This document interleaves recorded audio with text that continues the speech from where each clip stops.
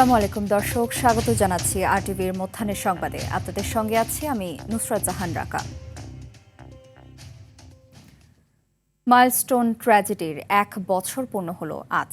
সেই ক্ষত আজও বয়ে বেড়াচ্ছেন শিক্ষক, শিক্ষার্থী আর তাদের পরিবারের সদস্যরা। গত বছরের 21 জুলাই উত্তরার দিয়াবাড়িতে মাইলস্টোন স্কুল অ্যান্ড কলেজে বিমান বাহিনীর একটি প্রশিক্ষণ বিমান বিধ্বস্ত হওয়ার ঘটনায় 35 জন নিহত হন। তাদের মধ্যে 28 জন শিক্ষার্থী, 3 জন শিক্ষক, 3 জন অভিভাবক ও বিমানের 1 জন পাইলট। আহত 175 জনের মধ্যে শিক্ষার্থী 63 জন। আহতরা দীর্ঘ চিকিৎসা শেষে ক্লাসে ফিরলেও অধিকাংশই এখনও স্বাভাবিক অবস্থায় ফিরতে পারেনি। এ ঘটনায় নিহতদের স্মরণ এবং আহত ব্যক্তিদের প্রতি সংহতি জানাতে 2 দিনের কর্মসূচি নিয়েছে শিক্ষা প্রতিষ্ঠানটি। দুর্ঘটনাস্থল আজ মঙ্গলবার সবার জন্য উন্মুক্ত রাখা হবে।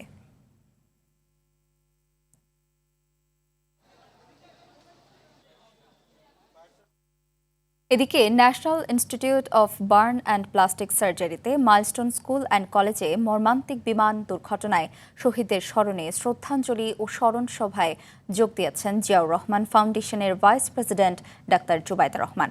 প্রতিষ্ঠানটির আয়োজনে বেলা 11টায় এই অনুষ্ঠানে যোগ দেন তিনি। অনুষ্ঠানের শুরুতে দুর্ঘটনায় শহীদদের স্মরণে দাঁড়িয়ে 1 মিনিট নীরবতা পালন করা হয়। সেদিনের সেই ভয়াবহ দুর্ঘটনার স্মৃতি তুলে ধরেন শহীদ পরিবারের সদস্যরা। 2025 সালের 21 জুলাই দুপুরে মাইলস্টোন স্কুল অ্যান্ড কলেজে বিমান দুর্ঘটনায় 26 শিশু, শিক্ষার্থী সহ মোট 36 জন প্রাণ হারান।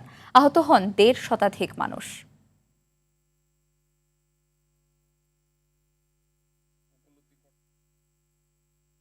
রাজশাহী বিশ্ববিদ্যালয়ের এক শিক্ষার্থীকে মারধরের অভিযোগে রেলপথ অবরোধ করেছে সহপাঠীরা।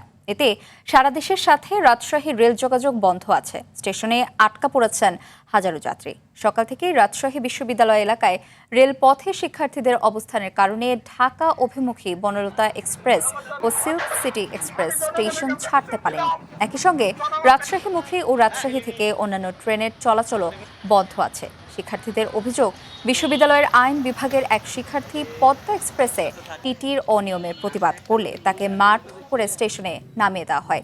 এ ঘটনার বিচার এবং অভিযুক্ত টিটি সুমনের বিরুদ্ধে ব্যবস্থা নেওয়ার দাবিতে রেলপথ অবরোধ করেন শিক্ষার্থীরা।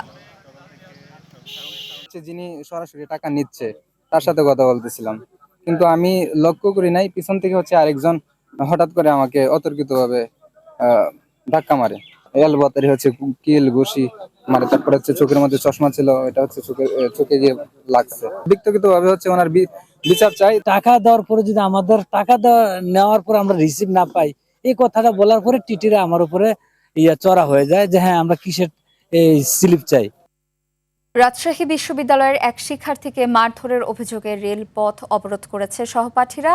এতে সারা দেশের সঙ্গে রাজশাহীর রেল যোগাযোগ বন্ধ রয়েছে। দর্শক, এই বিষয়ে আরো জানাতে রাজশাহী থেকে সরাসরি যুক্ত হচ্ছেন সহকর্মী মুস্তাফিজ রকি। মুস্তাফিজ, অবরোধ নিয়ে সর্বশেষ কি তথ্য আছে আপনার কাছে এবং রেল কর্তৃপক্ষের সঙ্গে কোনো আলোচনা হয়েছে না কিনা আমাদেরকে জানাবেন।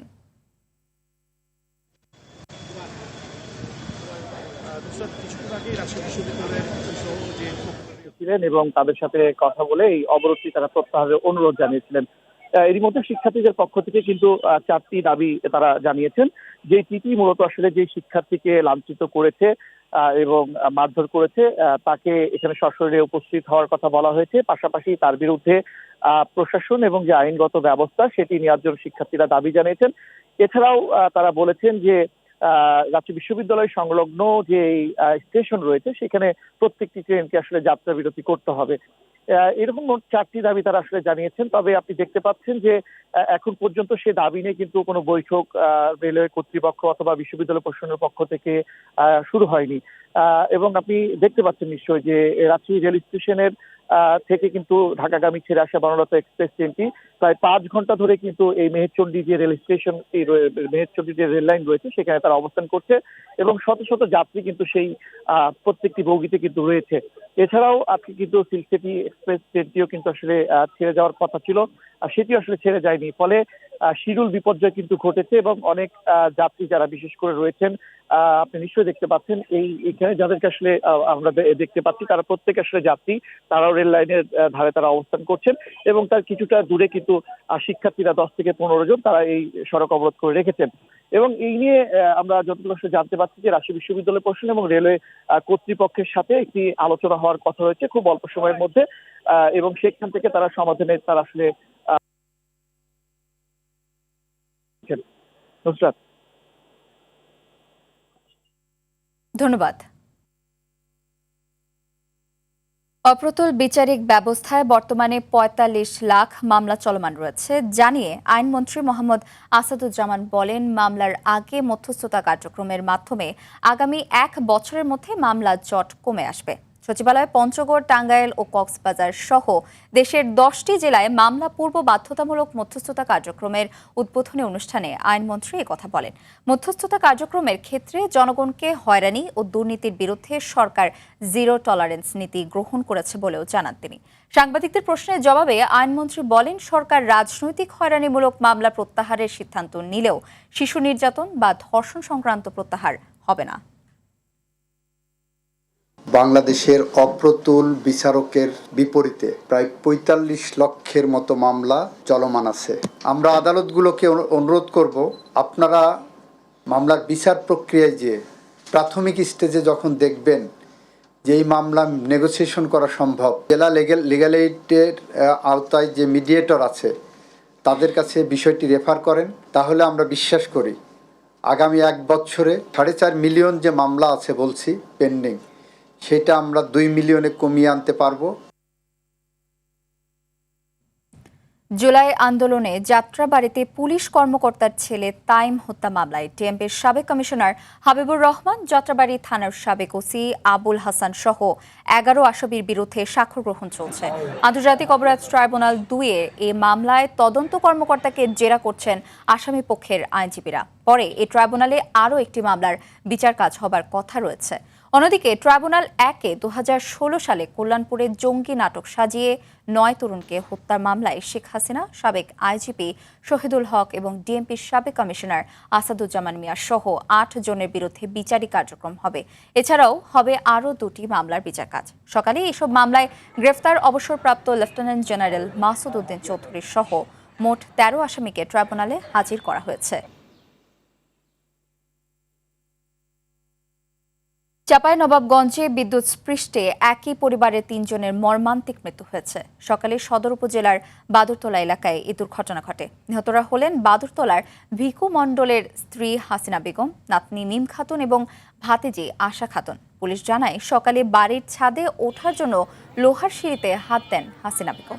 বৈদ্যুতিক ত্রুটির কারণে আগে থেকেই সিঁড়িটি বিদ্যুতায়িত হয়েছিল। এতে তিনি বিদ্যুৎস্পৃষ্ট হলে হাসিনা বেগমকে বাঁচাতে এগিয়ে আসেন মিম ও আশা। এ সময় তারাও বিদ্যুৎস্পৃষ্ট হন এবং ঘটনাস্থলেই ৩ জনের মৃত্যু হয়।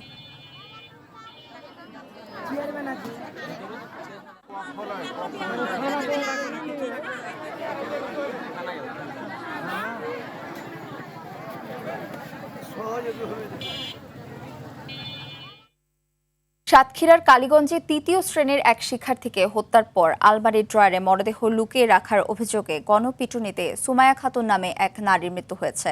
সোমবার রাত ৮টার দিকে উপজেলার কাজলা কাশিবাটি এলাকায় এই ঘটনা ঘটে। স্থানীয়রা জানান, সোমবার স্কুল ছুটির পরও বাড়ি না ফেরায় ফারজানা নামে ওই শিক্ষার্থীর স্বজনরা পুলিশকে খবর দেন। পরে পুলিশ উদ্ধার অভিযান শুরুর এক পর্যায়ে সুমায়া বসত ঘরের আলমারির ড্রয়ার থেকে ফারজানার মরদেহ উদ্ধার করা হয়।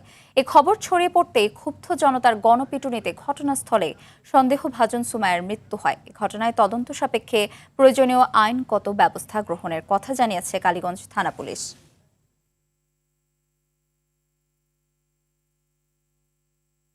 হল ফি কমানোর দাবিতে বিক্ষোভ করেছেন রাজধানীর সরকারি তিতুমির কলেজের শিক্ষার্থীরা। রাজধানীর অন্যান্য কলেজের তুলনায় বাড়তি হল ফি নেওয়ার অভিযোগে দীর্ঘদিন ধরে প্রতিবাদ করে আসছে কলেজের শিক্ষার্থীরা। তাদের দাবির মুখে কলেজ কর্তৃপক্ষ 1,000 টাকা কমানোর আশ্বাস দিল মাত্র 200 টাকা কমিয়ে 7,800 টাকা নির্ধারণ করে নোটিশ দেয় প্রশাসন। এ ঘটনাকে প্রহসন আখ্যা দিয়ে নোটিশ প্রত্যাখ্যান করে সোমবার রাতে বিক্ষোভ করেছে শিক্ষার্থীরা। হল ফি 8,000 টাকা থেকে কমিয়ে 6,000 টাকা নির্ধারণ না করা হলে কঠোর আন্দোলনের হুঁশিয়ারিও দেন তারা। টাঙ্গাইলের গোপালপুরে ভেঙে গেছে ঢাকা তারাকান্দি আঞ্চলিক মহাসড়কের অর্ধেক অংশ। বন্ধ হয়ে গেছে সড়ক দিয়ে সব ধরনের যান চলাচল। হুমকিতে রয়েছে ঘরবাড়ি সহ বহু স্থাপনা। যমুনা নদীর ভাঙন আতঙ্কে দিন কাটাচ্ছে শাখারিয়া নলিন এলাকার মানুষ। ধসে পড়েছে নেত্রকোনার কলমাকান্দার গজারমানি সরকারি প্রাথমিক বিদ্যালয়ের ভবনের বড় একটি অংশ। বন্যার পানি বাড়তে শুরু করেছে জেলার অন্যান্য এলাকায়। বৃষ্টিপাত না হওয়ায় সুনামগঞ্জের সকল নদীর পানি কিছুটা হ্রাস পেলেও বাড়তে শুরু করেছে কুড়িগ্রামের সবকটি নদ নদীর পানি। পানি প্রবেশ করে জলাবদ্ধতার সৃষ্টি হয়েছে জেলার নিম্নাঞ্চল ও চরাঞ্চলে। দর্শক, মধ্যাহ্নের সংবাদ এই পর্যন্তই। দুপুরের সংবাদ 2:15টায় দেখার আমন্ত্রণ রইল। ধন্যবাদ সবাইকে।